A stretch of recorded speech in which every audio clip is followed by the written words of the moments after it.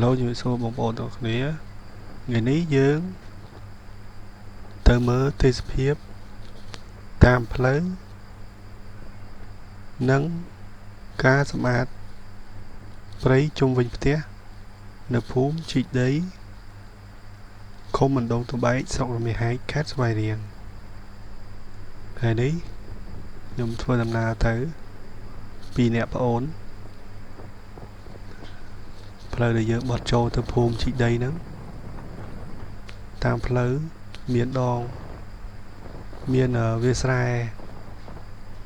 ហ្នឹងវាគេទៅធ្វើព្រោះអីសំណាប់បានប្រហែលជាមួយចង្អាមដែរហើយផ្លូវហ្នឹងវាអត់ល្អិលទេប៉ុន្តែគាត់ថាគេធ្វើវារៀងយូរឆ្នាំដែរហើយវាពេលភ្លៀងពេលអីចឹងទៅវាផុសដុំថ្មនឹងអញ្ចឹងវារៀងអាលាក់ដែរនេះវាស្រែផុតកន្ទុយភ្នែកបងប្អូនទស្សនាទាំងអស់គ្នាទេហ្នឹងហើយបងប្អូនមើលទៅខាងមុខតិចនោះតិចទៀតដល់ហើយសបោដើមកស៊ូប្រជាកសិករយើងក៏ដាំកស៊ូបានល្អច្រើននេះនៅភូមិហ្នឹងភាគច្រើនពេលដែលយើងចូលមកដល់ផ្លូវហ្នឹងសបោដាំកស៊ូយើងផុតពីវាស្រែតិចមកសបោដាំកស៊ូគេដាំ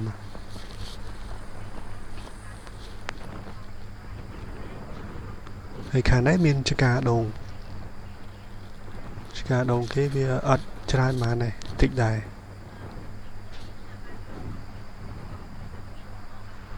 នេះបងប្អូនដាំកស៊ូច្រើនណាស់តែកន្លែងហ្នឹងខ្ញុំងាកមកអត់ទាន់បងអូនគាត់ជីរឿងផុតតិចកន្លែងហ្នឹងហើយចូលមកដល់កន្លែងនេះទៀតនេះផ្លូវដែលយើងចូលទៅក្នុងផ្ទះ491ខ្នងនេះផ្លូវធំនេះផ្លូវចូលទៅនឹងតែយើងអត់បានចូលតាមផ្លូវហ្នឹងទេយើងចូលទៅតាមច្រកទូចមួយទៀតនៅខាងមុខ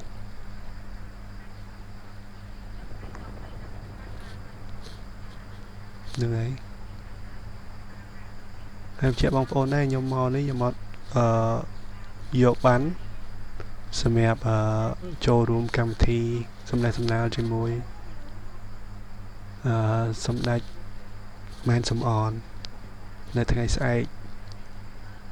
នេះផ្លូវយើងចូលមកតាមនេះផ្លូវតូចហ្នឹងហើយរៀងពិបាកតិចព្រោះចំពេលមេឃភ្លៀងអញ្ចឹងទៅវារៀងមាន3ល្បាប់ច្រើនដែរនៅឯនោះកន្លែងរោងនោះកន្លែងគេធ្វើកម្មវិធីបណ្ដៃរោងនេះគាត់ថាកន្លែងគេតម្លើងរោងទូចសិនសម្រាប់ចែកបានណាហើយយើងទទួលបានហើយយើងមកមើលផ្ទះរបស់យើងនេះផ្ទះគេរបស់ពុកគាត់ជានិវត្តជនហ្នឹងហើយបងប្អូននៅនឹងស្អាតធម្មជាតិសុទ្ធជុំវិញហ្នឹងនេះនោះប្អូនគាត់កំពុងកាប់ព្រៃខ្ញុំអត់ទៅចិត្តទេព្រោះឮសំឡេងខ្លាំងគាត់ប្រើម៉ាស៊ីនកាត់ស្មៅអញ្ចឹងនឹងឮសំឡេងខ្លាំងតិច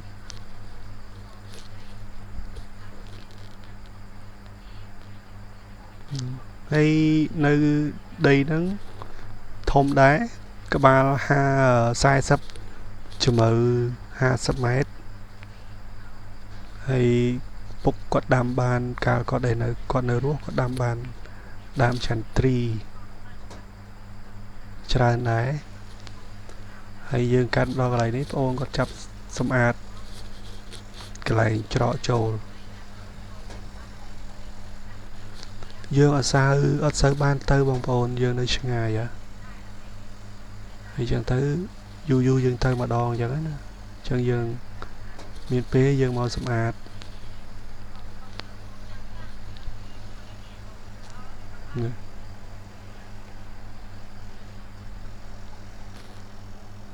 ហើយណាមួយប្អូនក៏អត់មានពេលទៅនេះដែរគាត់ជាទាហានប្រចាំការនៅជួរមុខដែរចឹងឆ្លៀតពេលដែលគាត់បានសុំច្បាប់គេមកសុំច្បាប់មេមកលេងស្រុកក៏ចំពេលដែលនៅខាងភូមិជីដីហ្នឹងមានកម្មវិធីហើយគាត់ក៏ឆ្លៀតមកសម្អាតនៅផ្ទះរបស់ពុកម៉ែហ្នឹងឆ្លៀតមកសម្អាតព្រៃជុំវិញផ្ទះហើយស្ដាយដើមចន្ទ្រីធំធំមានផ្លែមានគ្រាប់វាតែយើងអត់បានបេះហើយចឹងទៅយើងអត់មានអ្នកនៅចាំក៏មានក្មេងអីគាត់ចូលមកបេះអញ្ចឹងណាហ្នឹងហើយ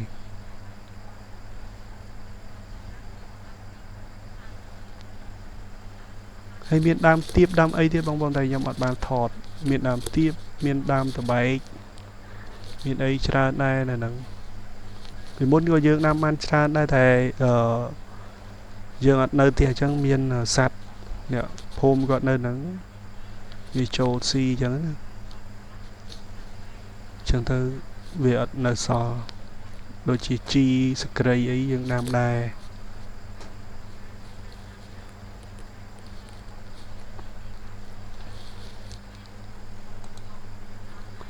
ហ្នឹងហើយឥឡូវបងប្អូនមើលគាត់កាត់ស្មៅខ្ញុំថតអត់បានចប់ទេបងប្អូនខ្ញុំថតបានតែមកតិចដែរអូប្រញាប់មេឃវាភ្លៀងអញ្ចឹងយើងប្រញាប់ត្រឡប់មកវិញនេះយើងកាត់នេះម៉ោងខ្ទង់ម៉ោង11 12ប៉ុន្តែមេឃសតុំរឹមលឹមហូតអញ្ចឹងយើងអត់ធ្វើការអត់បានលឿនណាហ្នឹងហើយអរគុណច្រើនបងប្អូនទាំងអស់គ្នា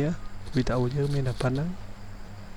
អរគុណសម្រាប់ការទស្សនាសូមជួយចុចsubscribe ចុច like និង comment ផងបងប្អូនអរគុណច្រើន